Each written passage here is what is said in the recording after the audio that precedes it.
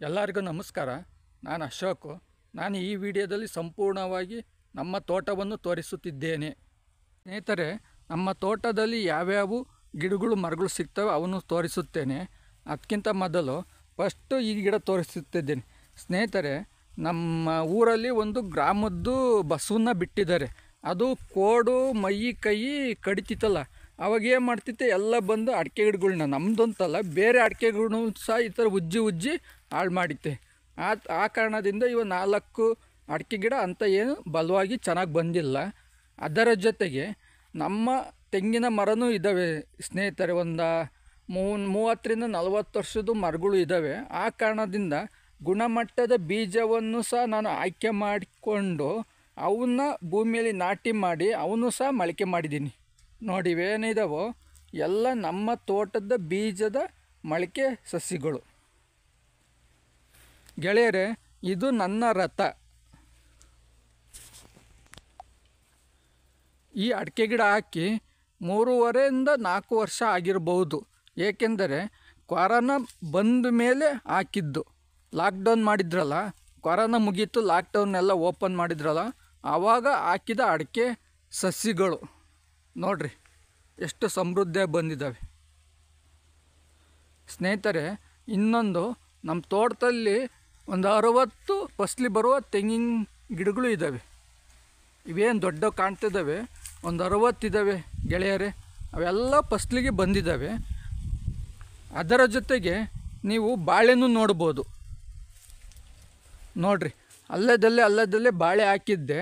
ಅಂದರೆ 2ನೇ ವರ್ಷ ಹೋದ ವರ್ಷ ನೀರು ಇರಲಿಲ್ಲ, ಒಂದು ಸ್ವಲ್ಪ ನೀರು ಕಡಿಮೆ ಆಗಿತ್ತು. ಬೋರಾಗೂ ಕೊನೆ ನೀರು ಬರಲಿಲ್ಲ. ಹಂಗಾಗಿ ಬಾಳೆ ಮೇಂಟೈನ್ ಮಾಡೋದು ಕೈ ಬಿಟ್ಟೆ. ಅದರ ಜೊತೆಗೆ ಅಡಿಕೆಗೂ ಅಷ್ಟೇನು ಮೇಂಟೈನ್ ಮಾಡಲಿಲ್ಲ. ಚೆನ್ನಾಗಿ ಮೇಂಟೈನ್ ಮಾಡಿದರೆ ಇನ್ನೂ ಚೆನ್ನಾಗೇ ಬರೋವು ಮರಗಳು ಸಸಿಗಳು. ನೀರು ಕಡಿಮೆ ಆಯಿತು, ಆ ಕಾರಣದಿಂದ ಮೇಂಟೈನ್ ಮಾಡೋದು ಕಡಿಮೆ ಮಾಡಿದ್ದೆ. ಆದರೂ ಬಾಳೆನ ಅಂತ ಹೇಳ್ಕೊಳಂಗೇನಿಲ್ಲ. ಈ ಸಲ ಈ ಬಾಳೆನೂ ತೆಗಿಸಿ ಹೊಸ್ತ ಮತ್ತೆ ಹಾಕ್ತೀನಿ. ಅದರ ಜೊತೆಗೆ ಸ್ನೇಹಿತರೆ, 2 ವರ್ಷ ಆಯ್ತು ಉಳುಮೆನೂ ಮಾಡಿಲ್ಲ. ಆಮೇಲೆ ಈ ಮಟ್ಟೆ ಗರಿ ಇದಾವಲ್ಲ ನೋಡ್ರಿ, ತೆಂಗಿನ ಮರ್ತ ಬಿದ್ದವಲ್ಲ, ಈ ಮಟ್ಟೆ ಗರಿನೂ ಸಹ ನಾನು ಹೊರಕ್ಕೆ ತೆಗ್ದಾಕಲ್ಲ. ಅವನು ಸಹ ಒಂದ್ರ ಪಕ್ಕ ಹರಡ್ತೀನಿ.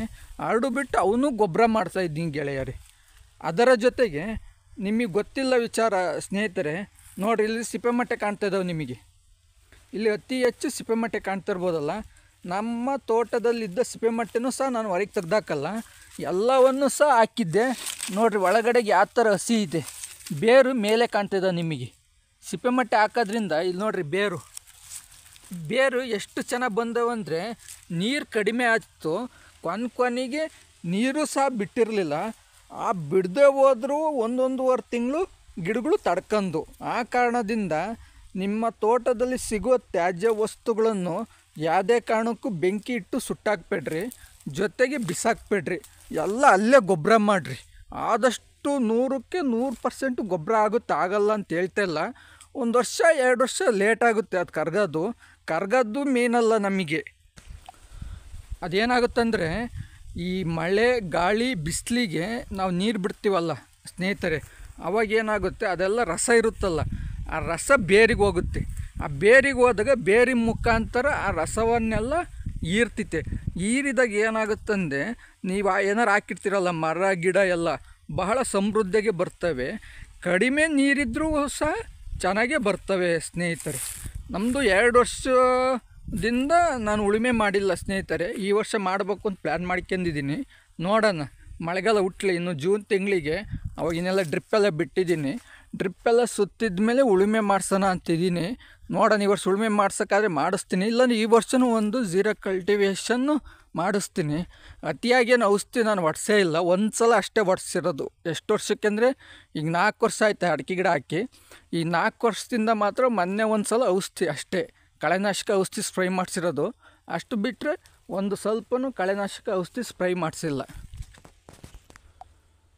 ಅದರ ಜೊತೆಗೆ ನಮ್ಮದೊಂದು ಮರ ಜೋಡಿ ಮರ ಐತೆ ಸ್ನೇಹಿತರೆ. 2 ಒಂದೇ ಸಮಕ್ಕೆ ಬೆಳೀತಿದ್ದಾವೆ. ಅಡಿಕೆ ಗಿಡ ಎಲ್ಲ ಸಮೃದ್ಧಿ ಬಂದವ ನೋಡ್ರಿ. 4 ವರ್ಷ, ಇನ್ನೊಂದು ವರ್ಷ ಬಿಟ್ಟರೆ ಒಂದೊಂದು ಇದಾವಲ್ಲ, ಇವೆಲ್ಲ ಒಂದೊಂದು ದಶ ಹೊಡಿತವೆ. ಒಂದೊಂದು ಅಡಿಕೆ ಗಿಡ ದಶ ಹೊಡಿತವೆ. ಅದ್ರ ಜೊತೆಗೆ ಹೋಗುಣೆ ಹೋಗಿದ್ದು, ಎಷ್ಟು ತೆಂಗಿನ ಗಿಡ ಎಲ್ಲ ಹೋಗುಣೆ ಹೋಗಿದ್ದು ಅವನು ಸಹ ಹಾಕಿದ್ದೀನಿ ನಾನು. ಹಾಕಿ ಅವೆಲ್ಲ 4 ವರ್ಷನೋ 5 ವರ್ಷ ಆಯ್ತೆ. ಒಂದೊಂದು ಅವು ಸಹ ಅಲ್ಲೇ ಒಂಬಳೆ ಒಡೆಯೋಕ್ಕೆ ಸ್ಟಾರ್ಟ್ ಆಗಿದ್ದಾವೆ. ಅದು ನಾನು ತೋರಿಸುತ್ತೇನೆ ಸ್ನೇಹಿತರೆ. ಗೆಳೆಯರೇ, ಎಲ್ಲ ಡ್ರಿಪ್ ಮಾಡಿಸಿದ್ದೀನಿ. ಯಾಕೆಂದರೆ ನೀರು ಒಂದು ಸ್ವಲ್ಪ ಕಡಿಮೆ ಆಯ್ತು ಅಂತ, ಏನು ನೀರು ಇರಲಿಲ್ಲ. ಈ ವರ್ಷವೇ ಸಮೃದ್ಧಿಯಾಗಿ ನಾನು ನೀರು ಕಟ್ಟಿರೋದು. ಈಗ 7-8 ವರ್ಷದಿಂದ ತೆಂಗಿನ ಗಿಡ ಇದ್ದು, ಬಟ್ ಅಡಿಕೆ ಗಿಡ ಇರಲಿಲ್ಲ. ಈಗ 4 ವರ್ಷದ ಇತ್ತೀಚೆಗೆ ಹಾಕಿರೋ ಇವು ಅಡಿಕೆ ಗಿಡ 3 ವರ್ಷ 4 ವರ್ಷ ಆಗಿತ್ತೆ. ಇತ್ತೀಚೆಗೆ ನಾನು ನೀರು ಈ ವರ್ಷವೇ ಸಮೃದ್ಧಿಯಾಗಿ ಕಟ್ಟಿರೋದು. 2 ವರ್ಷ ಅಂತ ನೀರು ಕಟ್ಟಿರಲಿಲ್ಲ. ಅದರ ಜೊತೆ ಮೇಂಟೆನೆನ್ಸು ಕಡಿಮೆ ಇತ್ತು. ಇಲ್ಲಾಂದಿದ್ರೆ ಇನ್ನೂ ಚೆನ್ನಾಗಿ ಬರೋದು ನಮ್ಮ ತೋಟ. ಆ ಕಾರಣದಿಂದ ನೀರಿಲ್ದಲೇ ಇದು 3 ವರ್ಷ ಆಯ್ತು. ನೋಡಿರಿ ಗೆಳೆಯರು, ಇನ್ನು ಮುಂದೆ ಇನ್ನೊಂದು ವರ್ಷ ತಪ್ಪಿರಿ 2 ವರ್ಷ ಫಸ್ಲಂತೂ ಬಿಡೋಕ್ಕೆ ಸ್ಟಾರ್ಟ್ ಆಗ್ತವೆ.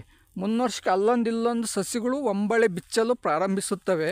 ಫಸ್ಟ್ನೇ ವರ್ಷದ ಒಂಬಳೆ ಅದೇ ಕಾರಣಕ್ಕೂ ನಿಲ್ಲಲ್ಲ. 2ನೇ ವರ್ಷ 3ನೇ ವರ್ಷದ್ದಿರುತ್ತಲ್ಲ, ಅದು ಒಂಬಳೆ ನಿಲ್ಲುತ್ತದೆ ಗೆಳೆಯರೆ.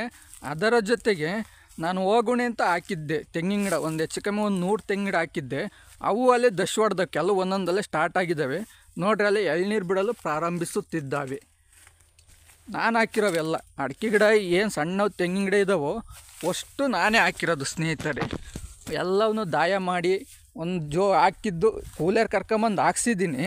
ಬಟ್ಟು ಮೇಯ್ನು ಎಲ್ಲ ನಿಂತ್ಕೊಂಡು ಡ್ರಿಪ್ ಮಾಡಿ A to Z ಎಲ್ಲ ನಾನೇ ಸ್ನೇಹಿತರೆ.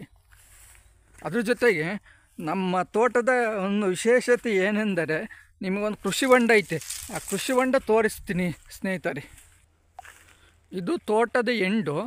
ಅಲ್ಲಿ ಏನು ಕಾಣ್ತಿದ್ದೆ ಬೇಲಿ, ಅದು ಹಳ್ಳ. ನಮ್ಮೂರ್ದು ದೊಡ್ಡದೊಂದು ಕೆರೆ ಐತೆ. ಆ ಕೆರೆ ಕೋಡ್ ಬಿದ್ದಾಗ ಆ ನೀರು ಹರಿದೋಗುತ್ತದೆ. ಇದು ಕೃಷಿ ಹೊಂಡ ಗೆಳೆಯರೇ. ನಮ್ಮೂರಲ್ಲಿ ಕೆರೆ ನೀರು ತೋಟಗಳಿಗೆ ಹಾಯಿಸ್ತಾರೆ. ಇಲ್ಲಿ ಕೆಲವರು ಕೆಳಗಲು ತೋಟದವರು ನೀರು ತಗೊಂಡೋಗ್ಬೇಕು ಅಂದರೆ ಈ ಕೃಷಿ ಹೊಂಡ ತುಂಬಿಸ್ಕೊಂಡು ತಗೊಂಡೋಗ್ಬೇಕು. ಆ ಕಾರಣದಿಂದ ನೋಡಿರಿ, ನಮ್ಮ ಕೃಷಿ ಹೊಂಡದಾಗಿ ನೀರು ಸಹ ಇದೆ. ನಾನು ಇದನ್ನ ಇನ್ನೂ ದೊಡ್ಡದಾಗಿ ಮಾಡಿಸಿ ಇಲ್ಲಿಗೊಂದು ಮೋಟ್ರಿಟ್ಟು ಈ ನೀರನ್ನು ಸಹ ಅಡಿಕೆ ಗಿಡಕ್ಕೆ ಮುಂದೆ ಏನು ಮಾಡಬೇಕು ಅಂದರೆ, ಮುಂದೆ ಈ ನೀರನ್ನು ಸಹ ಅಡಿಕೆ ಗಿಡಕ್ಕೆ ಬಿಡಬೇಕು ಅಂತ ಪ್ಲ್ಯಾನ್ ಹಾಕ್ಯಂಡು, ಇದೇನೈತಿ ಇದೆಲ್ಲ ಹೊಸ್ದಾಗೆ ಬಗ್ಸಿ ಟಾರ್ಪಲ್ ಹಾಕ್ಸಿ ಹೆಚ್ಚು ಕಮ್ಮಿ ಒಂದು 10 ಕೋಟಿ ಲೀಟ್ರ್ ನೀರು ಶೇಖರಣೆ ಮಾಡಬೇಕು ಅನ್ನೋದು ನಂದು ಗುರಿ. ನೋಡೋಣ, ಅಡಿಕೆ ಗಿಡ ಫಸ್ಲಿ ಬರಲಿ. ಫಸ್ಲಿ ಬಂದಾಗ ಇದೊಂದು ದೊಡ್ಡದಾಗಿ ಕೃಷಿ ಹೊಂಡ ಮಾಡಿಸ್ತೀನಿ.